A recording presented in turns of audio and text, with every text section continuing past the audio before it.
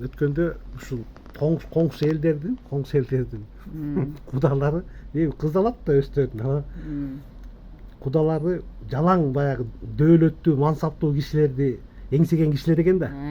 Анан ошолорго сөз берип берип тойго чакырганда кыз тарапка сөз берилбей калыптыр. Кокуй. Анан бардыгы тоюп калат да, баягы той баягы алагүү болуп калгандан кийин анан уже ошо менен сөз токтоп коюп болду өшөдөн той бүтүп калат. Анан чатак чыгат. Анан башталат ошодон анан. Ал эмнеси? Эми ушундай болот экен да.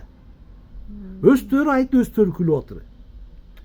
Жалаң өйдө жак сүйлөсүн, жалаң ошолор сүйлөсүн, кызматтагылар сүйлөсүн деп ошентип отуруп аягында кыз тарапка сөз берилбей той тарап кетиптир.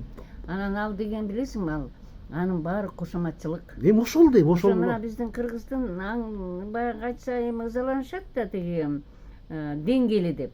Вот ошо деңгел ошо да. А эң биринчи тиги куда деген 1000 жылдык ошон үчүн куда жакты сыйлап, анан жанагы келини кантип анан аларды сыйлайт? Ал тургай аларды эмес, күйөөсүн сыйлабай калышы мүмкүн да. Себеби эми атай ушунча тойдо, эми ал чоңдор болсо, сүйлөбөй койсо эмне болот? Той токтоп калабы? Же болбосо жакшы атактуу киши, билген сөздү билген киши сүйлөсө, эми алар деле өздөрү деле ойлонушпайбы? Анан алып барган жана тамадасы эмнени ойлоп жүрүптүр? Тамада эптеп эле жумунуп жулкунуп эле акча алсам дейт да.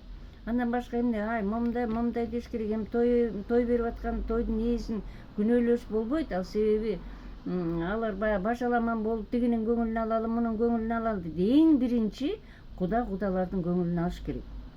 Кудалар менен тең тайлаш болуш керек. Тиги байлык жагынан эмес, аң сезими, жүрүш турушу, маданияты боюнча ошо кудалар бири-бирине тең болуш керек. Сөзгө тоюп, бири-бирине акыл айтпай, бири-биринин кичине мындай үстүртөдөн көз кырыы менен карабай, жакшынакай түз көз менен караш керек. Ошондойду кезепеттин айынан жаштардын баары тең. Не болуп атат азыр? Канча жетим балдар, түрүлөй жетим балдар көп. Ата энеси тирүү жүрүп, бирөөсү энеси жетелеп жүрөт, бирөөсү атасы жетелеп жүрөт, эми бирөөнүн энеси да бар, атасы да бар, бирок жетим.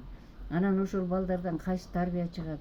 Ошол балдар эмне болуп, кайсы көөнү толот? Ошолор кимди сыйлайт? Жана мушташып, мектептен бири-бирин сайгылашып, өлтүрүп койгонго чейин барып аткан мына биздин маданияттын анан ошо көңүл бурбагандык, кошоматчылык, эң негизгиси кошоматчылык. Ал эртең эле түшүп калат, чоңдор мисалы үчүн жогорку кеңеште депутат болуп жүрсө, же болбосо бир чоң кызматта иштеп жүрсө, эртең эле ошол кудасынан ылдый болуп калышы мүмкүн. Ошону ойлонуп кылыш керек да. Пендебиз да, пенделикте ошондой боло берет.